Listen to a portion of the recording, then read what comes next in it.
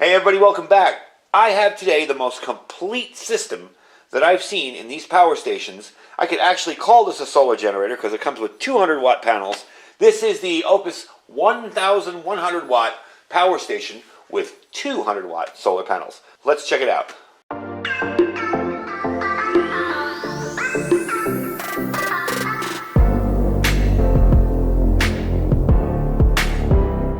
Alright folks, welcome back. So I wanted to get into this today because this is actually probably the most complete power station that I have reviewed yet. And yes, they did send it to me for review.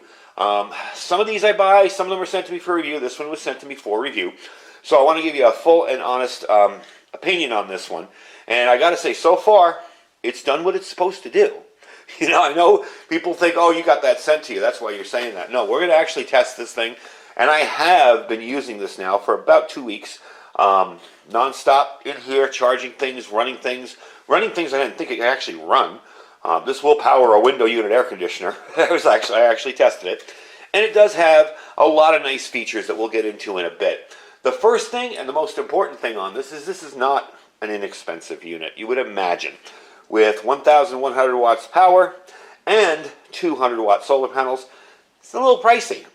I like to bring budget items to people, and that's why I've reviewed a lot of the smaller ones. However, if you're looking for something that's going to be some serious power for some shorter term power outages, or depending on how much you're drawing, a longer term power outage, this is definitely a good unit. I have had zero problems with it so far. Nothing even weird. You know, sometimes you'll have to reset them.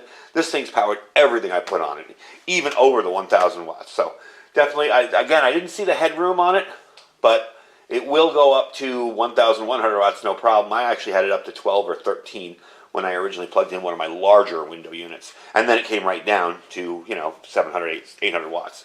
So, the price on it is, and it's on sale right now, and there will be more sales in the future. So if this is a little too expensive for you, make sure you keep checking back on my page where I show you, is $1,279.99, so $1,280. That does include the panels, does include the junction cable, the chargers, everything. This is a complete unit. The unit itself, you guys know, you might remember I did the 600 watt unit before, and that unit is in daily rotation in my house. Charge things off it all day long. Forget to charge it sometimes, and it's down to like 15%.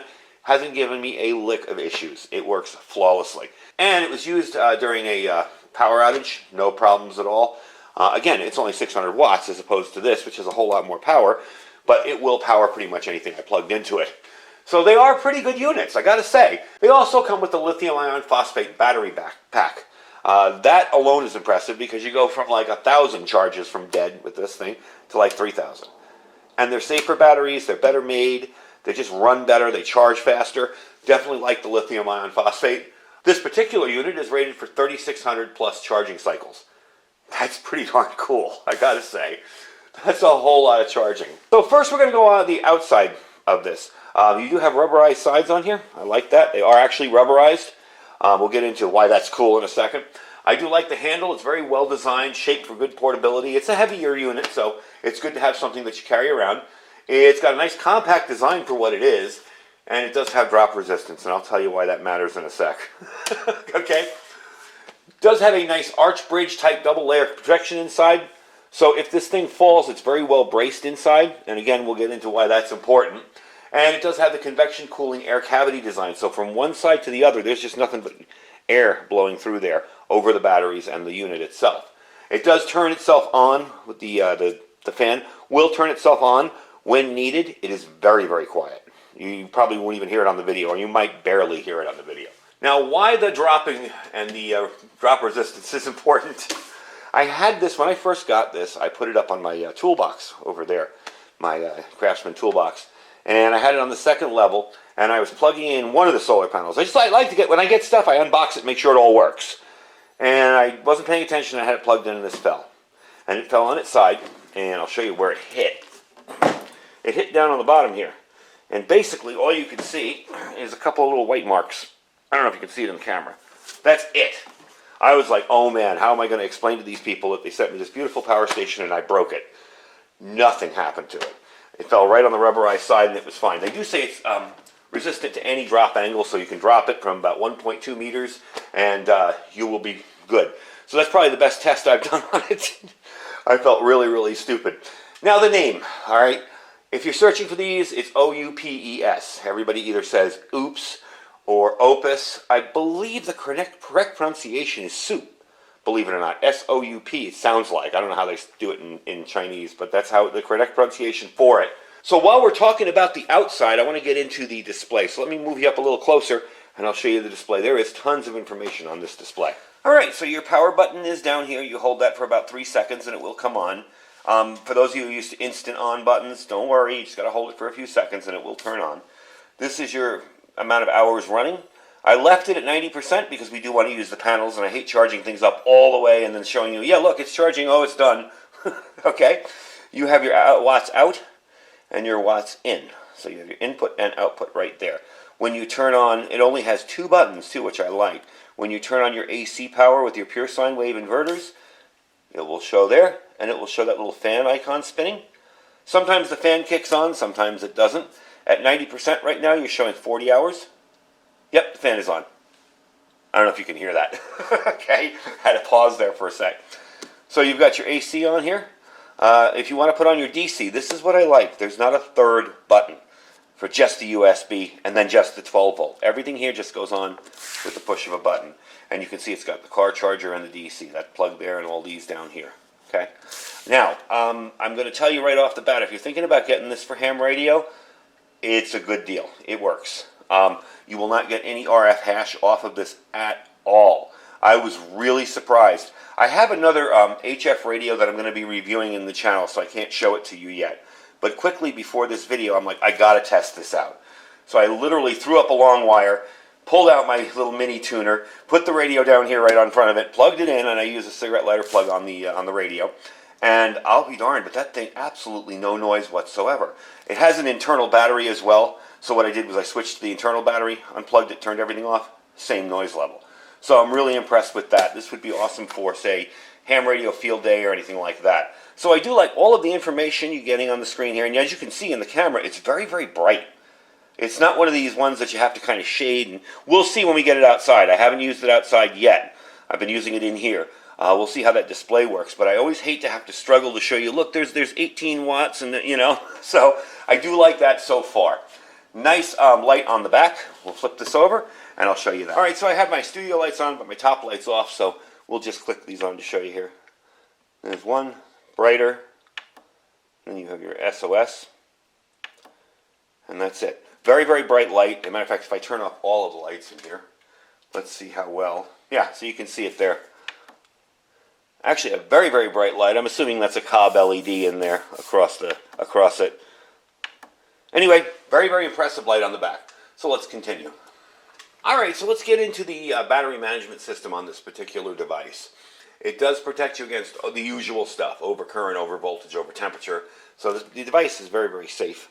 You can charge this 3 different ways, and I will give you charge times first from the wall outlet, and I have my, what I like to refer to as my wall wart here.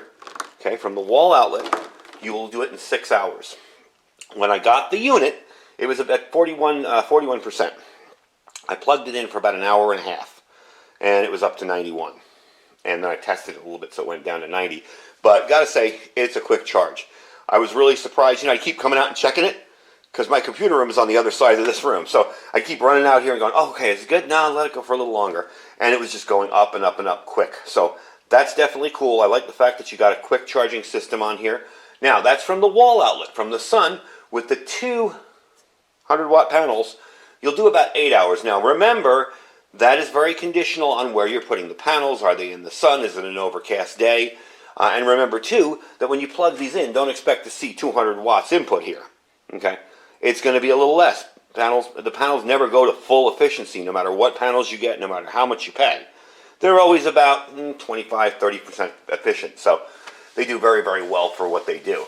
From a car outlet. Now, this is probably my only complaint with the unit, is it takes about 12 hours from a car unit. From a cigarette lighter plug. And we do have that plug with us, to charge it. Again, like I tell everybody, don't sit this in your car overnight, plug it into the cigarette lighter plug, and walk away. You will have a dead battery in your car in the morning, and this will be partially charged. You're relying on the alternator when you're running that to keep the battery charged and keep this charged.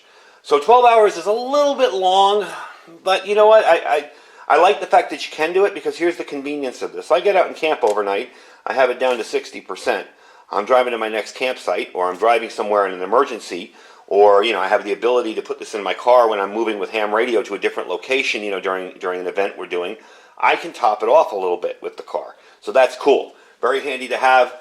A little bit long, but that's the nature of the battery. Okay. So as we said, this uses the lithium ion phosphate battery bank inside of it. That's 3,600 charging cycles. Those batteries have a very high safety rating and are very stable. So that's much better than, say, some of the lithium-ion ones that, I haven't had any lithium-ion batteries ever pop on me, except for one in my phone, which kind of popped up a little bit, and I got a new phone out of it. That's the only problem I've ever had with lithium-ion batteries. So I don't want people to think that the one they bought from me a month ago, that I showed, is a bad one. It's not. These are just a little bit safer and will last a little longer. And that's reflected in the price, of course. Now, you have your 1,100 watt three plugs here. You have your input on the front. You have your two QC 3.0 USB ports. These will work with regular USB plugs too. You don't have to have the high power charging or any of that. They'll work with regular as well as the QC3. You have your PD for 60 watt and your PD for 18 watt. And of course you have your 12 volt 5.3 millimeter plugs rated at 10 amps, and you have your 12 volt plug here. There's been a lot of controversy over the years with reviewing these about regulated outputs. A lot of the outputs on some of the other units sometimes can be in the 11 volt range, 11.5, 11.8. It will cause some issues when you are trying to power up anything more than just like I do with a plug-in fan or something like that. We are going to test that, and I brought a multimeter out to test it. I want to see what its rating is. Again, we have to hold this. That's 1, 2, 3. Turn that on. We are going to give it a test. So let me get it set up in there, and I'll bring you back once that's tested. So really what I had to do was move over this side. All right. I realized that as I was talking. I'm like, this is going to be really hard to do in front of somebody. Touching the back, touching the sides, and we are getting 12.5 volts. Whoops, I moved off there. 12.6, 12.5. So that is a regulated power supply at 90%. That's right where you should be. Some of them have issues with running inverters. If you plug an inverter in this, why you'd plug an inverter in this, I have no idea. You have three perfectly good ones over here that are pure sine wave. But some people have issues with that. Some people with more sensitive electronics, little engines and stuff like that, little motors, will have a problem if it's not regulated. So this is regulated. All right, let me move over to the back of the other side of the camera, and we'll tell you a little bit more, and then we're going to take it outside and charge it up. All right, so basically what you're looking at here is something that will power your refrigerators, your air conditioners, your really high-end stuff. I was really shocked. I plugged in my coffee maker into this and it worked. So we are going to test. I'm not going to bother plugging in little tiny fans and USB stuff. We know that works. I know it works. I've tested it. What I want to do is see how true to form these run. I want to see if they really will do that. So we're going to plug in some heavier stuff and see just how well it works. And this does automatically shut off after a certain point. To turn it back on, you literally just have to hit the power button or hit one of the other buttons like that, and you'll have it back on. It just shuts off when it's not in use. So let me get the panels set up outside. And these are 200 watt panels. I will show you the junction cable for it because I almost had a heart attack. I thought they didn't send it to me. It's a very simple cable to use. And here, this is your 12 volt meant for your car. This is your junction cable, and what you're going to do is you're going to plug your two solar panels in here, wherever you place them, and then plug this into the main plug. So let's get that all set up outside, and I'll bring you back when it's running. All right, just a quick shot of the panels. Again, they're not in perfect, sun right now. The sun normally comes up from behind here over, and it's kind of over that way now. So they're not perfect, but they're in pretty good sunlight. We do have a little bit of a cloud cover today, but it's not too bad. So we should get some decent performance out of these two panels. And over there is the unit itself. So let's get down there and test out the unit. And perfect. As I predicted, you can actually see what's going on. Let me turn that off there. You can actually see the screen out here. It does have that little waveform to it, but that's not on the screen itself. That's just the camera. Let's plug it in and see what we get. It takes a few seconds, so don't worry. There we go, and it'll start flying. See the watts coming in, going up. Now when I tested this before, I got around 150. Yeah, there we go, about 150, 149. Take about 50 minutes to go from 90 to 100%. As you can tell by over here, you got your 50 right there. You see it charging, you see the fan going. I'm trying to hear the fan. Yeah, it's running. That's how quiet the fan is.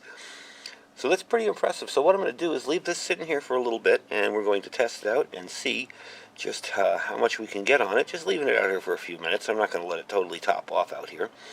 And we'll see how efficient it is. Okay, so you can see it's been about 3 minutes. We're already, of course I did that when I was going to do that. It's been about 3 minutes, and we already have 91% doing there. Turn off AC. Was making it charge longer. So the AC will work. It does pass through charging. As you can tell, when I hit this button here, the minutes go up. See? 52, 54, because the inverter's running. So it's going to take a little longer to charge. However, it will work while charging, which is really handy. A lot of these units will only do the DC stuff while charging. This will allow you to do pass-through AC, run stuff off it while you're charging it up. So let's kill that off. But yeah, it's been about 3 minutes or so, and we're at 91%. So I'm going to give it a few more minutes, and then we're going to take it in, just because I don't want to keep it out here all day long charging up. And we're going to run some heavier stuff and see just how well it performs powering the big stuff. Alright, we're back inside. First test is going to be my coffee maker. If you're a prepper and a coffee lover, you learn a hard lesson really quick. You learn that coffee machines suck up a lot of power. And that little battery bank you made or bought, or that little 12-volt gel cell that you have, isn't going to power it. So, let's plug this in. I have it sideways here because this is all tied up from my counter. I don't want to untie it and make a mess. I'm going to turn it on over on the side here and watch the watts go. 748. I got 1 hour at that to make some coffee. So I'm going to let this brew and let this run. And we're going to make us some coffee via the power station. Then next up, we're going to try it on something else. Alright, and about 10 minutes later, we got a full cup hot of coffee, which I will put back in the kitchen. So I don't have a coffee machine out here. And you see, it's dropped a little bit now, so you have 51 minutes, battery's at 87%. And it's still drawing 740 watts, because remember, that hot plate under here is keeping it warm. But now it's turned itself off because it's done. So the hot plate will just come on as needed, on and off. So let's try it out with something else. We're going to move this over to a AC window unit and see how well it'll power that up. Alright, here we go. We got it set up, this little 7,000 BTU unit. Got my plug here. We're going to plug it in and see what happens. Starting off nicely. And there you go. I'm going to turn it up slowly. Okay.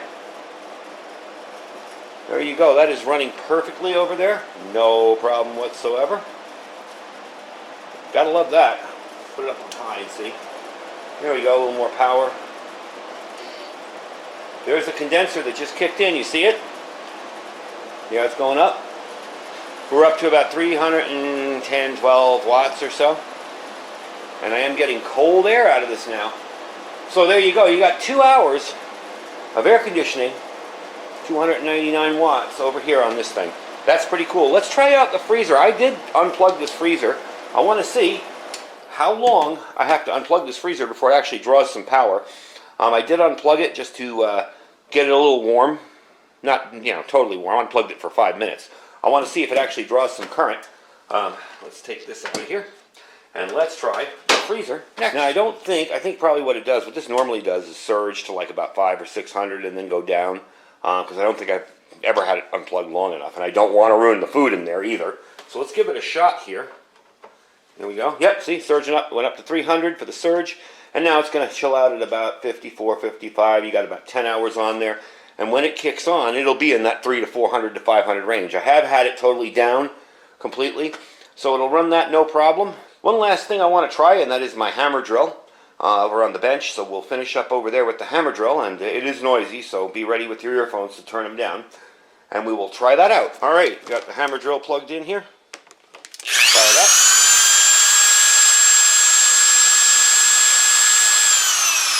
Settles in around 211, has a peak of in the 300s. You got that for about 4 hours. Pretty darn impressive. Now you can hear the fan a little bit. But still, with all this drawing we've done on this, and granted it hasn't been, hours of drawing on it, we're only at 86%. Some of the other solar generators or power stations that I've done in the past that I have not reviewed and told them that this isn't going to cut it, have been down to like 50% just from plugging in my air conditioner. So, very impressive unit. I'm really, really liking it so far. I have tested it out for a couple of weeks now, and there is a deal on this right now where you can save $200 on it, so you're saving 15% on the whole unit. You can get the package at my link below there, okay? And it's basically $1,280. However, just the unit alone is in the, I believe, what is it, eight something? Not, so when you figure, if you're paying $890 for this, all right, and then 2 more 100-watt solar panels, that's a pretty good deal, especially the folding ones. For some reason, regular solar panels, monocrystalline regular glass solar panels, are about $1 a watt. These things, because they're folding and there's more technology to put in them, and it's harder to get the ribbon cables to stay together when they fold and unfold, they're a little bit more. So you're definitely getting a good deal. Again, this isn't for everybody. I'm telling you right now, I know some of you folks are going to see this and be like, whoa, that's crazy expensive. I could never afford that. And, that's not for you. That's why I do these smaller power stations that are a little more affordable. However, if you want a pretty robust system, it's not going to power your whole house, of course, but this would do a tiny house, a small cabin type thing. If you're looking to use electricity when you only when you need it, definitely. And I mean, if you really wanted to go crazy, you could probably get 2 of these.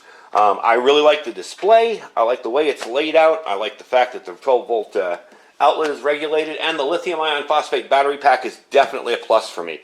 So I am all in on this unit. We're going to be using it a lot more. I'm actually going to be using it for that radio test. And again, I can't show you that radio yet because I haven't reviewed it yet. I've tested it a little bit, but more is coming with it. So we're going to be using this as the power source for that radio. So definitely check back. Don't forget to like and subscribe to the video. The likes really help us out with the algorithms here. And if you like the content, you can check out my old content. Subscribe if you like it. Like I said, I'm not going to be doing tiny power stations anymore for a while, nor even big ones for a while. I want to kind of back off because I know I've done a ton of them and I don't want to bore you guys. But I thought this was such a good deal. 1,100 watts plus 2 solar panels for $1,280. Pretty good deal, at least as the market is right now. And with all the talk of dark winters and power failures and grids being hacked, and it's just a better idea to have solar power backup somehow, even if you build your own. And I understand there's plenty of you out there that are, fully functional and have your own system. I have my own system over on that side of the room over there, with 8 deep cycle batteries and panels on my carport. I have that as backup, and I've had that for years, and I've rotated out batteries and, upgraded it as it's gone. You've probably seen some of my old inverter videos where I put some inverters on it. So yeah, that is another way to go. However, in the long run, if you're not mechanically inclined or electrically inclined and you're kind of worried about building your own system and what's going to happen, am I going to blow up? Something like this, already built for you, ready to go, easy to use, can't beat it. So that is the OOPS or Opus or SOUP, however you want to pronounce it. 1,100 watt power station, comes with the 2 solar panels. It's an awesome little package.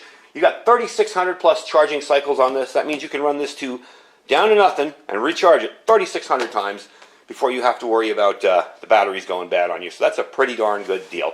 I will leave the link down below so you can check it out. Don't forget to check out all our other links as well. We have our Amazon affiliate store down there. We have our freeze-dried wholesalers link, and it's a new month. It's November. We're getting closer to the holidays. You definitely want to start getting stocked up now.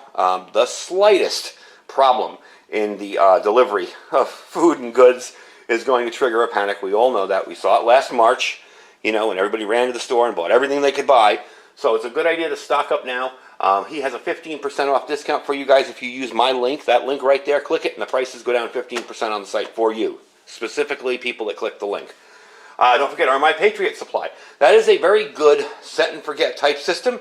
That is preparewithiridium.com, preparewithiridium.com, and our Thrive Life freeze-dried food store. I have a video coming up for them pretty soon.